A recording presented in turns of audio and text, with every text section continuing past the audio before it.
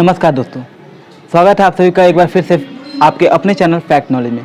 दोस्तों, आपको मैंने प्रॉमिस किया था कि आपके लिए चुनिंदा प्रश्न लेकर के आऊँगा और उसको डिस्कस करके अच्छे से समझाऊंगा कि आखिर क्वेश्चन कैसे सॉल्व करने हैं और क्वेश्चन कहता क्या है, क्वेश्चन सॉल्व कैसे करना है, ये सारी चीज़ें मैं आपको बताऊँगा। क्वेश्चन की सीरीज लेके आऊँगा, अच्छे से आपको समझाऊँगा, आपके लिए पेडागोजी सेक्शन आपको पूरा कंप्लीट कराऊँगा। तो दोस्तों, हाजिर हूँ आपके साथ एक वीडियो लेकर के पेडागोजी सेक्शन का मोस्ट इंपॉर्टेंट 10 क्वेश्चन लेकर के, उसको आपके साथ अच्छे से समझाऊंगा। एक चीज़ मैं आपको पहले ही बता देना चाहता हूँ शुरुआत में ही कि देखिए दोस्तों, आपको सिर्फ क्वेश्चन देखना नहीं है। आपको मैंने हर वीडियो में आपको बोला है कि आप क्वेश्चन देखिए, उसको वीडियो पॉज कीजिए, खुद से आंसर प्रेडिक्ट कीजिए ऑप्शन को देखने के बाद से, और उसके बाद से फिर वीडियो प्ले करके देखिए कि आपका आंसर सही होता है कि नहीं। मैं आंसर बताऊँगा, उसको आप देखिए कि हाँ सही होता है कि नहीं। गलत होता है तो कोई बात नहीं, फिर से आगे देखिए, और मैं जो समझाऊँगा उसको ध्यान से देखना है। और उसके बाद से आपने वीडियो देख लिया, वीडियो ख़त्म हो गया, उसके बाद से फिर मान लीजिए आपने वीडियो सुबह देखा तो फिर शाम को, दिन भर गैप लिया आपने, शाम को खबरी ऐप, हमारा खबरी ऐप प्ले स्टोर से डाउनलोड कीजिए और खबरी ऐप में आप जा करके फैक्ट नॉलेज सर्च कीजिए चैनल को, वहाँ फॉलो करिए और वहाँ ऑडियो मिलेगा उसका, उस ऑडियो को वापस सुन लीजिए, मन करे तो फास्ट कर लीजिए स्पीड और सुनिए एक बार ज़रूर। एक बार सुन लेंगे तो आपको वापस से रिकॉल हो जाएगा, वो चीज़ अस्थायी रूप से हो जाएगा आपके दिमाग में। तो देना करते हैं, वीडियो शुरू करते हैं। पहला क्वेश्चन है हमारा, इनमें से कौन सा कारक अधिगम को प्रेरित करने वाला है, अभिप्रेरित करने वाला है? ऑप्शन है हमारा पहला बाहरी कारक, ऑप्शन 2 विफलता से बचने के लिए प्रेरणा, ऑप्शन तीसरा है हमारा ऑप्शन लक्ष्यों को प्राप्त करने पर व्यक्तिगत संतुष्टि, और ऑप्शन डी है उपयुक्त में से कोई नहीं। आंसर हो जाएगा लक्ष्यों को प्राप्त करने पर व्यक्तिगत संतुष्टि। कैसे होगा इस चीज़ को हम अब डिस्कस करेंगे। क्या है क्वेश्चन, इनमें से कौन सा कारक अधिगम को अभिप्रेरित करने वाला है, यानी कि अधिगम को, यानी कि लर्निंग को बूस्ट करने वाला कौन सा कारक है। आप देखेंगे बाहरी कारक, अधिगम को बाहरी कारक बूस्ट करता है। बिल्कुल, मान लीजिए कि कोई पुरस्कार मिलने वाला है आपको, कोई बच्चे को होता है कि आप एग्जाम में अच्छे नंबर ला दे तो आपको साइकिल मिलेगी, टॉफ़ी मिलेगा, कुछ भी एग्जैक्टली हम लोग बोल सकते हैं कुछ भी। वो चीज़ें थोड़े टाइम तक तो आपको काम करेंगी, लेकिन ज़्यादा अस्थायी नहीं होती हैं।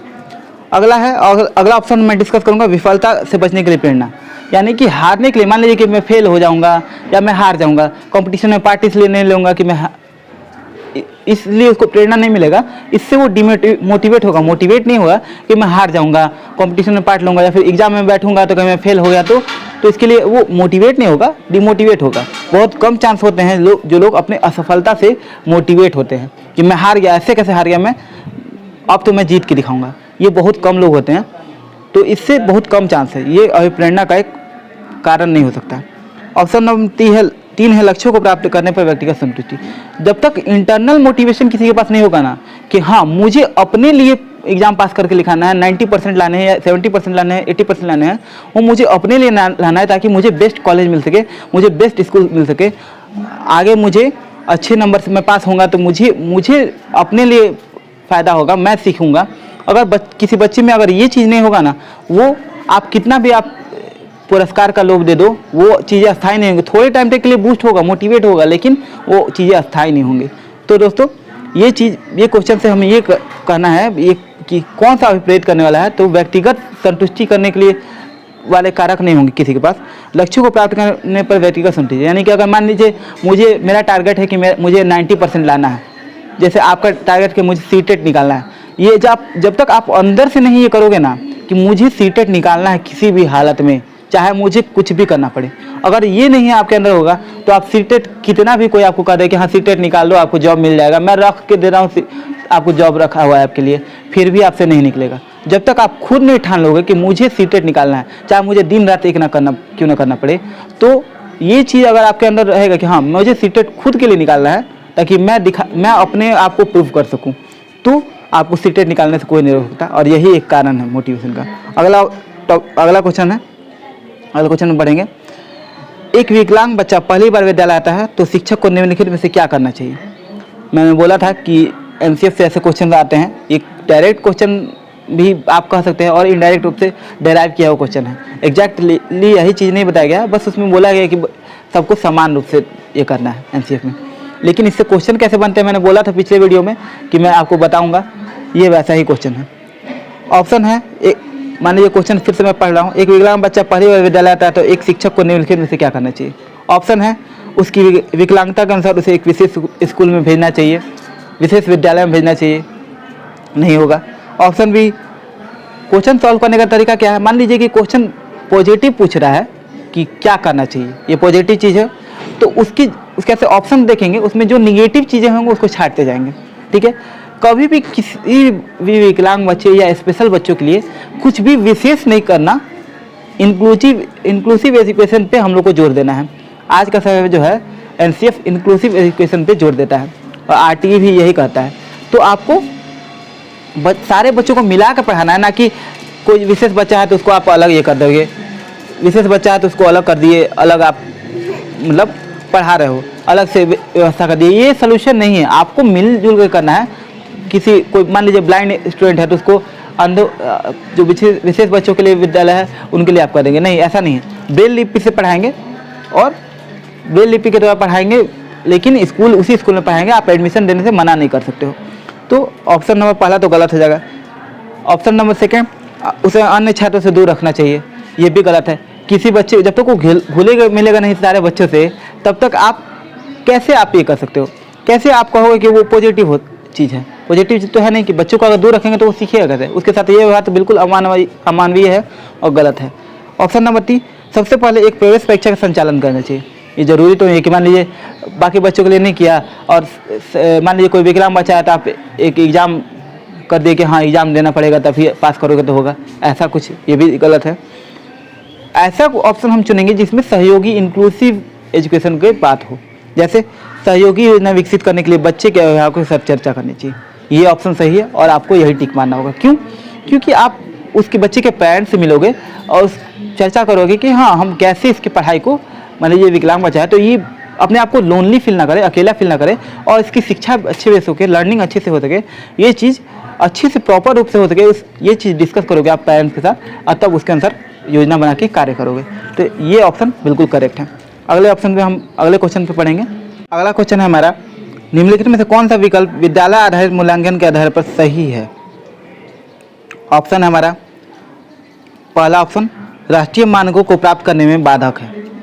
ऑप्शन बी है, सभी विद्यार्थियों को निदान के माध्यम से और अधिक जानने में मदद करता है। क्वेश्चन जो है आपके स्क्रीन पे चलते रहेंगे, मैं बोल रहा हूँ क्वेश्चन, आपके स्क्रीन पे क्वेश्चन चलते रहेंगे, आप ऑप्शन देखोगे और उसके बाद से सॉल्व करोगे। ऑप्शन 3 है, शिक्षा बोर्डों की जवाबदेही कम कर देता है। ऑप्शन चौथा है, उपयुक्त में से कोई नहीं। क्वेश्चन क्या था कि निम्नलिखित में से कौन सा विद्यालय आधारित मूल्यांकन के आधार पर सही है। आंसर क्या हो जाएगा, सभी विद्यार्थियों को निदान के माध्यम से और अधिक जानने में मदद करता है। क्या इसका मतलब है, क्वेश्चन कह रहा है कि मूल्यांकन करने के लिए कौन सा मूल्यांकन क्यों किया जाता है, क्या कारण है। ठीक है, विद्यालय आधारित मूल्यांकन क्यों जरूरी है, क्या कारण है उसका। ठीक है, तो ये क्या होता है कि सभी विद्यार्थियों को निदान के माध्यम से अधिक जानने में मदद करता है। क्या मतलब है कि अगर बच्चा कोई, मान लीजिए स्कूल में ही मूल्यांकन होता है, इंटरनल इवैल्यूएशन होता है, तो उससे वहाँ के ही शिक्षक रहेंगे, वही ये होगा, तो जो भी गलतियाँ होंगी उनको तुरंत पता चलेगा। मान लीजिए शिक्षक ने जांचा, उस चीज़ को बताया स्टूडेंट को, स्टूडेंट उससे देखेगा, सीखेगा, तुरंत उससे सीख करके और वो चीज़ गलती ना करेगा दोबारा। तो ये निदान, मान लीजिए उसको गलती किया है तो उसको तुरंत शिक्षक निदान करेंगे, बताएंगे कि ऐसे इस चीज़ का ये सोल्यूशन होगा, इस गलती का ये सोल्यूशन होगा, तो आपको बच्चे का निदान जल्द से जल्द होगा। ये चीज़ ये कह रहा है। मान लीजिए इंटरनल इवैल्यूएशन का क्या फ़ायदा है, ये चीज़ इस क्वेश्चन में बताने की कोशिश किया गया है, यानी आंसर 2 नंबर ऑप्शन होगा। अगला क्वेश्चन है, बच्चे कैसे सीख सकते हैं। निम्नलिखित में से कौन सा विकल्प इस संबंध में सत्य नहीं है। इसमें कह रहा है सत्य नहीं है। क्वेश्चन ध्यान से पढ़ेंगे, सत्य नहीं है बोला है, सत्य है नहीं बोला है। ठीक है, नहीं को आप ऐसे क्वेश्चन सीटेट में जब भी आते हैं तो एक अंडरलाइन कर लें, नहीं पे अंडरलाइन कर लें, क्योंकि यही चीज़ आदमी भूल जाता है और पॉजिटिव आंसर सही कर लेता है। नहीं यानी कि नेगेटिव चीज़ को ढूंढना है इसमें। और ऑप्शन देखेंगे, बच्चे कई तरीक़ों से सीख सकते हैं। बिल्कुल, बच्चे कई तरीके से सीख सकते हैं। बच्चे कैसे सीख सकते हैं, इस क्वेश्चन का जवाब बच्चे कई तरीके से सीख सकते हैं, बिल्कुल सही है। बच्चे केवल कक्षा में सीख सकते हैं, इसको होल्ड पे रखेंगे। ऐसा जरूरी तो नहीं है कि बच्चे कक्षा में ही सीख सकते हैं। अगले क्वेश्चन पे देखते हैं क्या कहता है अगले ऑप्शन पे। ऑप्शन नंबर 3 है बच्चे सीखने के लिए स्वाभाविक रूप से प्रेरित होते हैं। ये तो पॉजिटिव हो गया, बिल्कुल बच्चे पॉजिटिव हो गए। सारे बच्चे खुद से सीखने के लिए प्रेरित होते हैं। ऐसा तो नहीं है कि उनमें सारे बच्चे को कोई चीज़ चॉकलेट का ऑफर करोगे कि जो ये चीज़ सीख लो तो चॉकलेट देंगे तो ऐसा तभी सीखेगा, ऐसा तो है नहीं। स्वाभाविक रूप से सीखने के लिए प्रेरित होते हैं। अगला ऑप्शन है बच्चे जब सीखते हैं तब वे संज्ञानात्मक रूप से तैयार होते हैं। बिल्कुल ये ऑप्शन भी सही है। बच्चे जो चीज़ सीखते हैं तो मेंटली प्रिपेयर होंगे, मानसिक रूप से तैयार होंगे, तभी तो वो बच्चे सीखेंगे, वरना कैसे सीख पाएंगे। तो ये ऑप्शन भी पॉजिटिव है और सही है।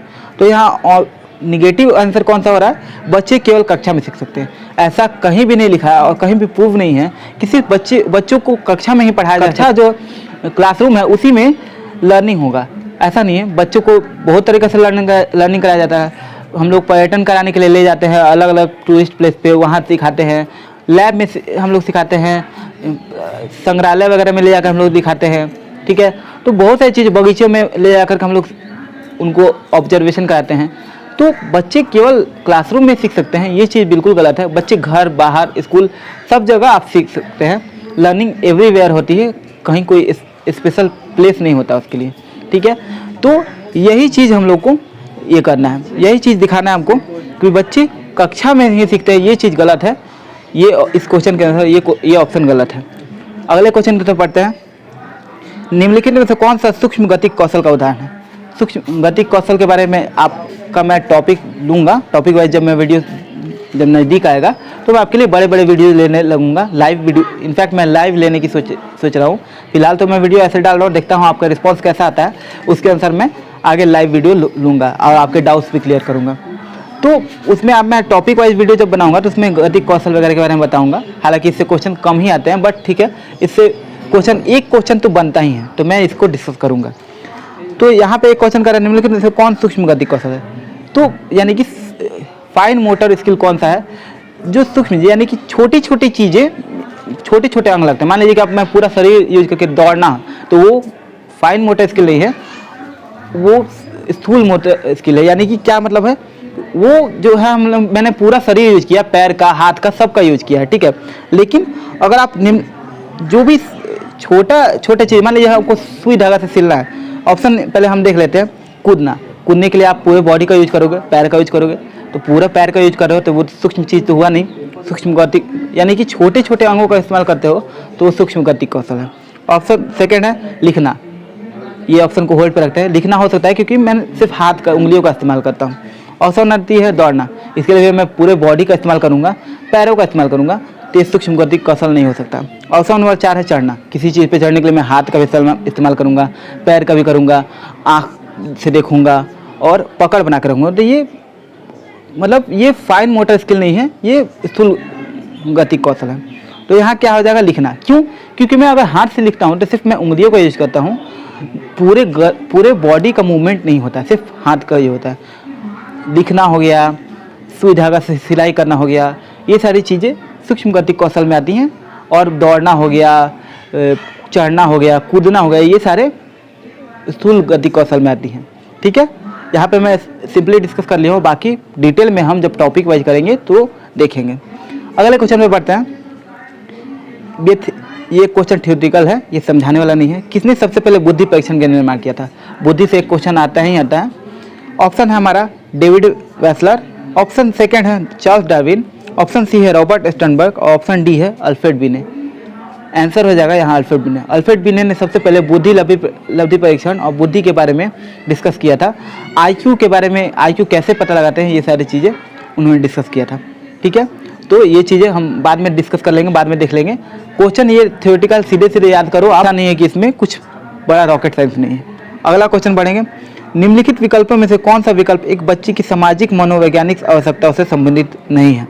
नहीं है पे ध्यान रखना है आपको, कभी भी एग्जाम में आए तो नहीं पे टिक मार लेना है, क्योंकि नहीं को अंडरलाइन कर लेने से आपको आइडिया हो जाता है कि क्या ऑप्शन चुनना है मुझे। नहीं यानी निगेटिव पूछ रहा है तो आपको पॉजिटिव आंसर चुनना है। कौन सा नहीं है, यानी कि कोई पॉजिटिव ऑप्शन होगा वही हमारा आंसर होगा। ऑप्शन देख लेंगे। संगति की आवश्यकता है, सामाजिक मनोवैज्ञानिक आवश्यकता को विकसित करने के लिए संगति की आवश्यकता बिल्कुल होती है। आप जानते हो किसी भी बच्चे में अगर फ्रेंड सबके साथ रहेगा तो उसमें सामाजिक कौशल विकसित होगा, सामाजिकता उसमें विकसित होगी। अगला ऑप्शन है प्रशंसा एवं सामाजिक अनुमोदन की आवश्यकता। इसका मतलब हम कोई भी बच्चा अगर बच्चे में या फिर किसी आप में हम में भी है कि किसी इंसान प्रशंसा का भूखा होता है, अगर किसी का प्रशंसा किया जाए तो वो चीज़ और करना चाहेगा। तो सामाजिकता विकसित करने के लिए कि हाँ बिल्कुल, मान लीजिए अगर किसी बड़े आदमी को देख करके वो उसको नमस्कार करता है, ठीक है, उसका आदर करता है, तो बिल्कुल सही कर रहे हो बेटा, कीप इट अप, ऐसे हम लोग कहते हैं। उससे इसका क्या होता है, ये प्रशंसा हुआ या सामाजिक अनुमोदन हुआ, और इससे क्या होता है उनमें सामाजिकता विकसित होती है, इनमें नेचुरली उनमें सामाजिकता विकसित हो जाएगी, ठीक है।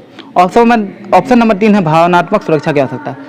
तो बिल्कुल बच्चों को सामाजिकता विकसित करने की भावनात्मक सुरक्षा की आवश्यकता होगी। मान लीजिए माता पिता या फिर उसकी गार्जियन ये उसको भावनात्मक सपोर्ट देते हैं, जिससे ही सामाजिकता विकसित हो। उनको पता है कि मेरे ऊपर मेरे माता है, मेरे पिता हैं, तो मुझे क्या करना है क्या नहीं करना है, मेरा क्या कार्य है, ठीक है, मुझे मेरे ऊपर मुझे जो प्यार करने वाले, मुझे जानने वाले, मेरे ख्याल रखने वाले लोग हैं, तो इसलिए वो सामाजिकता उसमें अच्छे से विकसित हो पाती हैं, ठीक है। अगला ऑप्शन हम देख लेते हैं नियमित रूप से शरीर से अपशिष्ट पदार्थों को बाहर निकलना।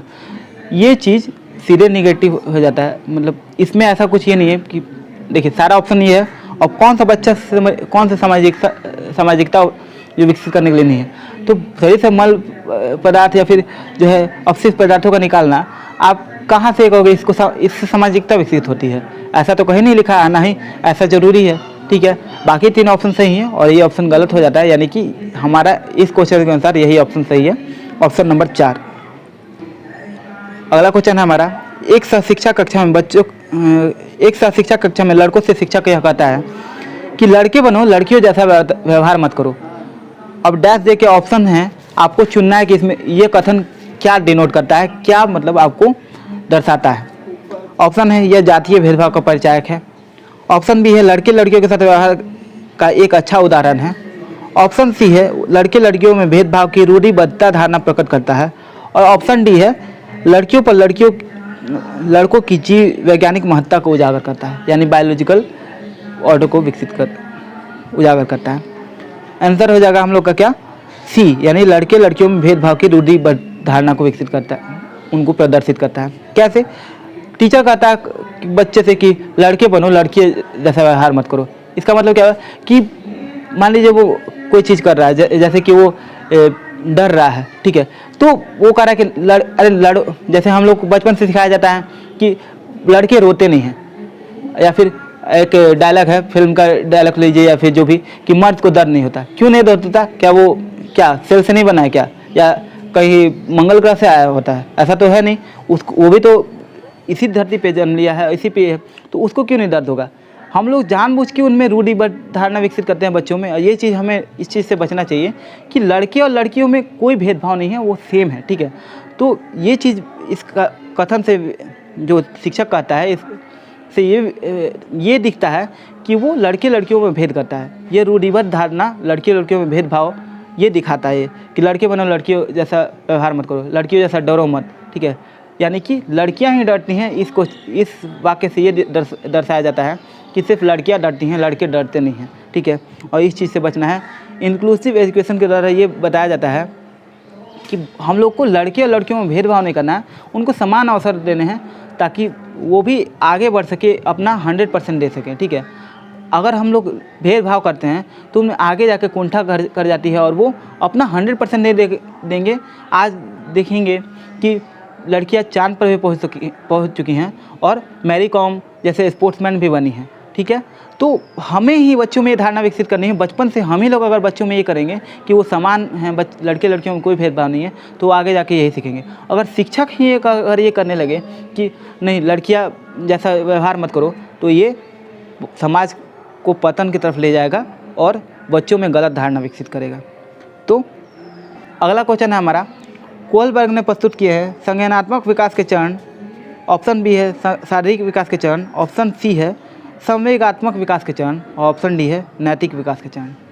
कोहलबर्ग का आप सिद्धांत पढ़ोगे तो उनका सिद्धांत ही इस पे है, नैतिक विकास के चरण पे, कि नैतिक रूप से बच्चों में क्या पहले इस एज पे क्या विकसित होता है, फिर अगले एज पे क्या विकसित होता है, मोरल डेवलपमेंट, यही उनका थ्योरी है।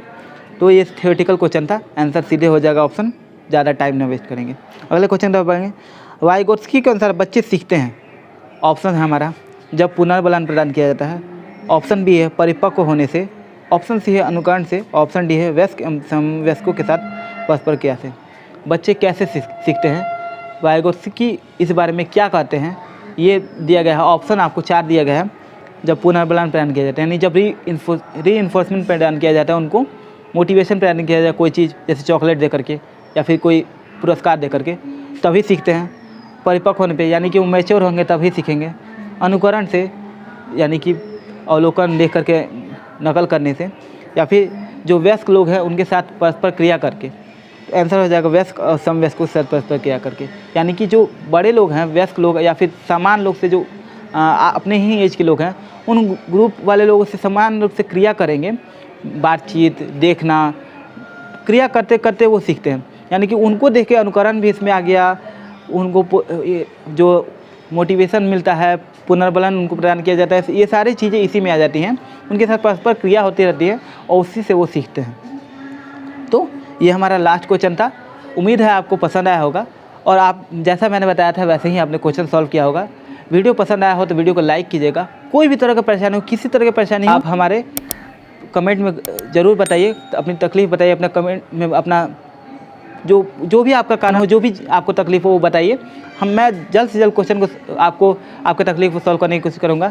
इसके अलावा आप इसका PDF हमारे टेलीग्राम से ज्वाइन करके ले सकते हैं। टेलीग्राम हमारे डिस्क्रिप्शन में लिंक है, वहाँ से ज्वाइन कर सकते हैं। खबरी ऐप पे इसका ऑडियो मिल जाएगा। वीडियो देखने के बाद से जाके वहाँ फॉलो कर लीजिए और डेली वहाँ पे ऑडियो क्वेश्चंस की उपलब्ध कराए जाते हैं। आप ऑडियो सुनिए। ऑडियो सुनने से क्या होता है, वीडियो एक बार देख लिया आपने, क्वेश्चन आपके दिमाग में घर कर गया। अब जब आप उस क्वेश्चन का ऑडियो जब सुनोगे तब आपको वो चीज़ अस्थायी हो जाता है, क्वेश्चन अस्थायी रूप से आपके दिमाग में बैठ जाएगा। यही क्वेश्चन आपके दिमाग जब एग्ज़ाम में आप बैठोगे और यही क्वेश्चन आएंगे या इससे मिलते जुलते भी क्वेश्चन आएंगे, आपके दिमाग में हिंट करेगा, क्लिक करेगा और आप फटाक से सॉल्व कर लोगे। क्योंकि आप भी जानते हो कि सुना हुआ चीज़ काफ़ी देर तक याद आता है और देखा हुआ या सुना हुआ चीज़ जल्दी याद होता है। ठीक है, पढ़ने से भी जल्दी याद होता है अगर आप उस चीज़ को सुनते हो। इसलिए हमारे बड़े बुजुर्ग कहते थे कि बोल बोल के पढ़ना चाहिए, ताकि वो आप पढ़ भी लो और वो कान के द्वारा सुनाई भी दे खुद को और याद हो। ठीक है दोस्तों, मिलते हैं अगले वीडियो में। तब तक के लिए इजाज़त दीजिए। नमस्कार, जय हिंद, वंदे मातरम।